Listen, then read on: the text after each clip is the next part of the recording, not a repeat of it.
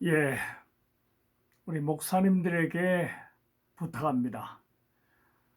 새해가 밝아왔습니다만은 아직 우리 앞에 코로나 팬데믹이 어두운 그림자를 드리고 있기 때문에 새해이지만은 새롭지 못한 것 같은 암울함을 느낍니다.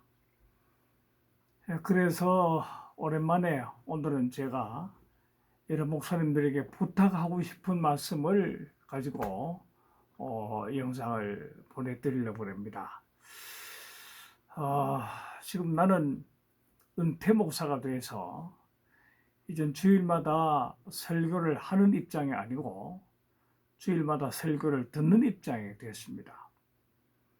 그런데 설교하는 즐거움도 크지만은 설교 듣는 즐거움도 커요. 은혜로운 설교를 통해서 내 삶을 더 진지하게 돌아보게 되기도 하고 또 자신을 온전히 세우는 그런 축복도 누릴 수가 있게 되기 때문입니다. 나는 은퇴 후에 지금 우리 연동교회 봉사하기 이전에는 국내의 여러 유수한 교회들을 탐방을 해봤습니다.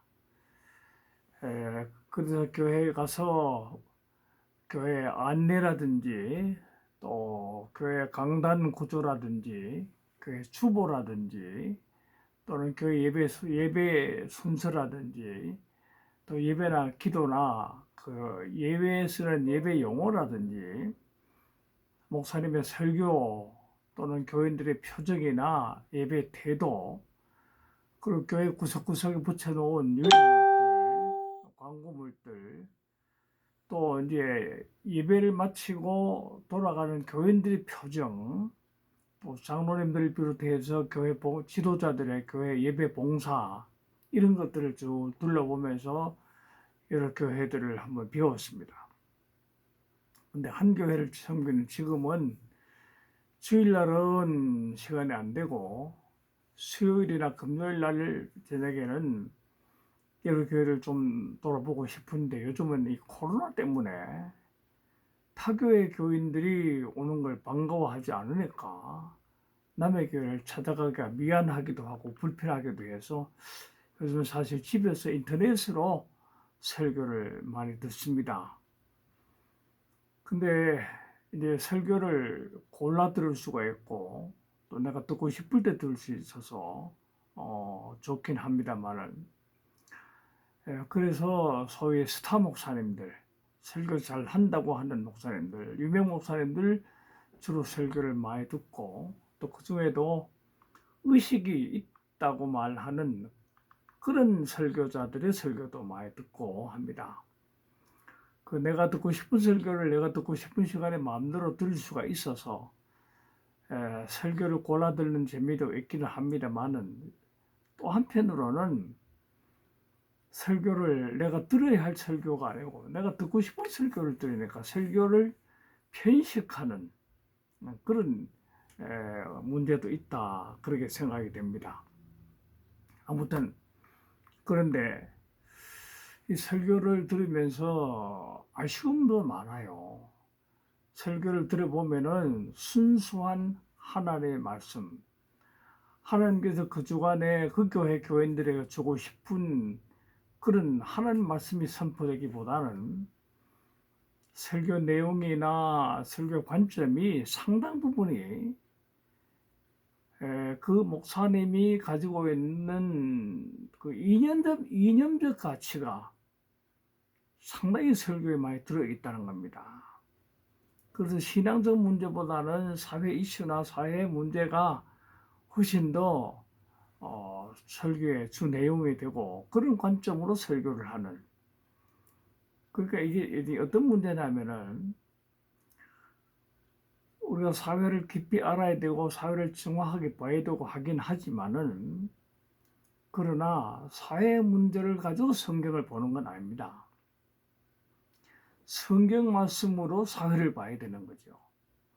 그 다른 말로 말하면 텍스트로 콘텍스트를 이해를 해야 되고 때로는 분석도 하고 때로는 이제 판단도 하고 뭐 그래야 되는데 요즘은 아주 죄송한 얘기지만 많은 설교자들이 사회 의식을 가지고 사회 여론이나 사회 분위기나 사회 정서적인 어떤 그런 분위기를 가지고 성경을 보려고 그래요. 그러니까 바뀐 거죠. 텍스트로 콘텍스트를 판단하고 진단하고 또 방향을 제시해 줘야 되는데 콘텍스트로 텍스트를 진단하고 하는, 그래서 이 설교가 순수성을 좀 잃어버리는 게 아닌가 그런 생각입니다. 뭐 저 역시 사실은 설교를 듣기 전에 먼저 그 목사님이 가지고 있는 사회적인 이념과 그분의 성향, 이념적 성향을 먼저 고려를 하고 설교를 들어요. 그래서 설교를 골라서 이념적 편향을 따라 설교를 골라 듣는 목사나 이념적 편향을 따라서 설교하는 목사나 피장파장이긴 합니다만은, 근데 요즘은 그래서 생각이 좀 다른 분들 설교도 듣고 뭐 하긴 합니다만은, 어떻든 설교자가 가지는 이념적인 그런 시각이 설교에 많이 가미가 되고 또 설교를 해나가는 관점이 결정이 된다 하는 그런 것을 보면서 하나님 말씀이 아니라 어떤 자기 생각이 설교에 줄을 이루지 않나 하는 그런 염려를 합니다. 특별히 이제 요즘 팬데믹 상황이 오기 전에부터 이미 우리 한국 교회는 침체 상황이 되고 사회적인 신뢰가 추락이 되고 또 목사님들의 어떤 영적 권위가 무너져 가고, 특별히 국가 권력이 교회는 자기 편이 아니라는 그런 판단 때문인지 몰라도 교회를 약화시키려는 그런 의도가 많이 보이기도 하고, 또 뭐 여론도 실제 교회에 우호적이지 않고 요즘은 문화도 뭐 BTS나 혹은 오징어 게임에서 나타나듯이 기독교인을 또는 목사들을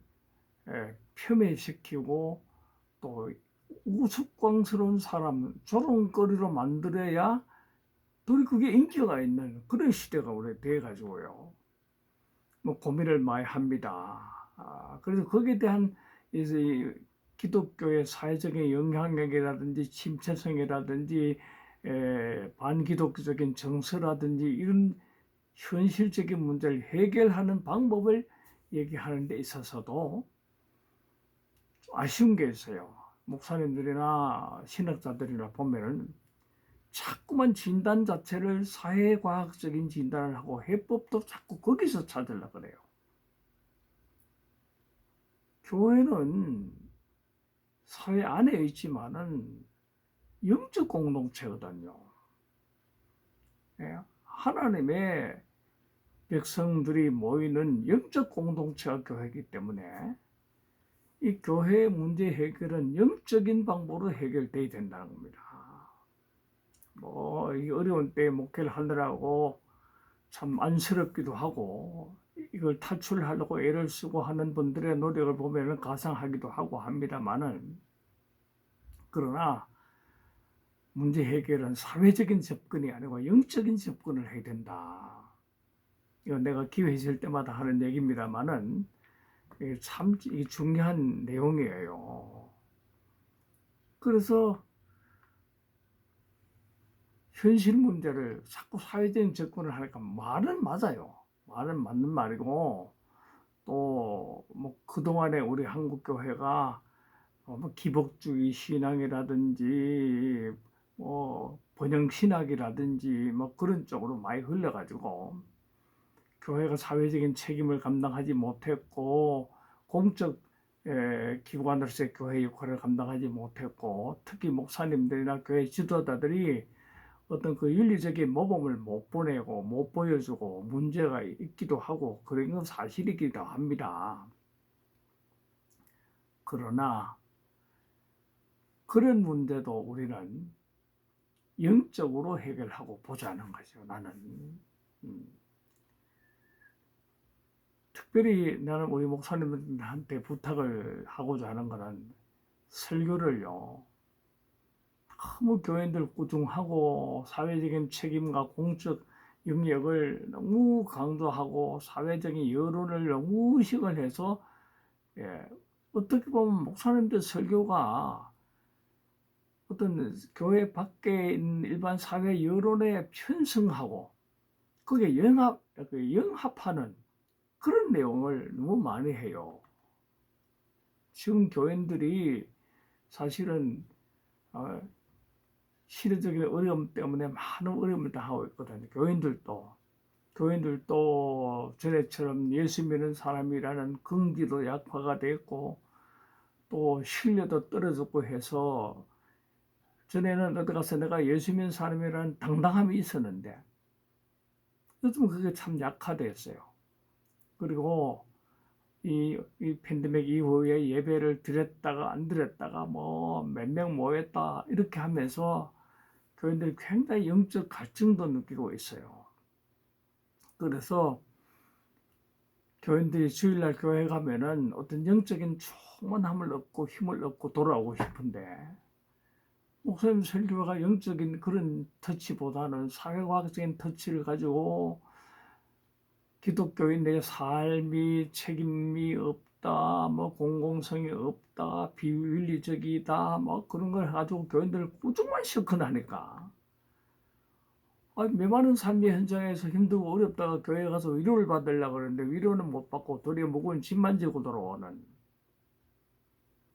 뭐 말이 맞고 맞아요. 맞는 말이지만은 영적 갈급함이 채워져야 사회적인 어떤 역할이나 공헌도 바로 할 수 있는데 그거보다 자꾸만 사회적인 책임에 대해서 문제하고 너무 우리 신앙 선배들 60년대 70년대 우리 신앙 선배들이 이루어놓은 한국 교회에 대한 공로에 대해서 너무 폄훼해요. 뭐 지금 진단하고 있는 기독교의 과거의 기복주의라든지 또는 성공주의라든지 번영신학이라든지 또 세속적이 됐다든지 윤리적인 책임이 없이 복만 추구했다든지 하는 거 비판받아야 됩니다. 맞는 말이고요. 또 정확한 판단이고요. 그런데 맞기는 하지만 그래도 우리가 뭘 생각해야 되냐면요. 우리 한국 교회나 사회가 60년대, 70년대 그 어렵고 가난하고 힘들고 할 때 그 가난을 극복하고 그 교회를 세워온 힘은 그래도 기복주의이긴 하지만은 부정신학이긴 하지만은 신앙에서 많은 힘을 얻고 교회를 세우고 한국 사회를 세워왔거든요. 그러니까 잘한 건 아니지만 그렇게 그냥 정죄하기까지는 안 하면 좋겠다. 하나의 과정이었으니까요. 예. 그래서 나는 우리 목사님들이 교인들을 너무 꾸중하고 교인들이 바른 신앙을 못 가졌다고 너무 다그치지 않으면 좋겠다는 생각을 합니다. 요즘 뭐 누가 그런 얘기 했어요. 우리 코로나 이후에 교회도 쭉정회하고 알곡이 완전히 판단이 되게 구분이 된다. 그런 얘기 했는데 나는 그 위험한 생각을 갖고 있다고 생각해요. 알곡만 돌볼 게 아닙니다. 진짜 우리가 중요한 거는 쭉정이처럼 된 사람도 부족한 사람도 아직도 기복주의 신앙, 아직도 이기적인 욕심, 아직도 번영신학에 사로잡혀 있는 사람이라도 잘 세워나가서 그들에게 바른 신앙을 갖도록 하고 온전한 기독교를 세워줄 책임이 우리한테 있는 거지. 야단치고 꾸중한다고 되는 게 아니거든요. 또 사람이 바라되는 거는 꾸중 들었다고 야단 맞았다고 벌 받았다고 바라되는 게 아니거든요. 감동을 받아야 되거든요. 영적으로 충만해져야 되는 거지요. 등불이 잘못됐다고 등불 끌 수는 없잖아요. 희미해져가는 등불을 더 밝게 하려면 기름을 채워주고 더 밝게 비칠 수 있는 어떤 분위기를 만들어 줘야 되고 여건이 만들어 줘야 되는 거고요. 마디린 소금 야단만 칠 게 아니고요. 맛을 내도록 해줘야 되는 거거든요. 여러분, 사회도 기독교인 신앙인들을 폄훼하는데 그 비난 여론이 기독교인들을 정말 기죽이고 힘들게 하고 하는데 교회에서까지도 꾸중하고 뭐 그렇게 하면은 안 돼요. 좀 교인들을 좀 채워줘야 됩니다. 영적으로 좀 채워주고 충만하게 해줘야 돼요. 그러니까 내가 하고 싶은 얘기는 간단한 한마디야. 너무 꾸중하지 말고 교인들 기죽이려고 하지 말고 교인들을 격려하고 이런 어려운 시대에도 믿음 지키려는 교인들을 격려하고 채워줘야 되고 사회과학적인 방법으로 교회라는 공동체를 잘 세워가려고 애쓰지 말고 도리어 신앙적으로 세워나가고 사회 여론 너무 의식하고 그거 걱정하지 말고 먼저 하나님 먼저 생각하고 예? 예배가 충만한 영적 충만으로 가득 차는 그런 예배가 되도록 이끌어 달라는 겁니다.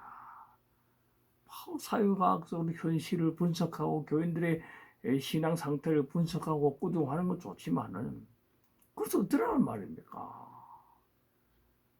아예 불 비치고 등불을 붙이고 싶지 않아서 못 비치는 게 아니에요. 등불 자체가 힘이 없으니까. 그래서 우리가 나는 이 시대는 교회의 사회적인 책임, 교회의 공공성 문제 그런 것들을 강조해서 그런 걸 세워나가는 것도 중요한 거지만 그보다 먼저는 교인들을 세우고 교인들의 영적 충만함을 세워나가서 교인들이 당당하게 일어서서 세상이 뭐라 그러는지 여론이 어떻든 간에 교인들은 나는 하나님의 자녀로 당당하다는 그런 교인들을 세워가는 그런 설교해 주시고 그렇게 교회를 걸어달라는 부탁을 드립니다. 부탁합니다.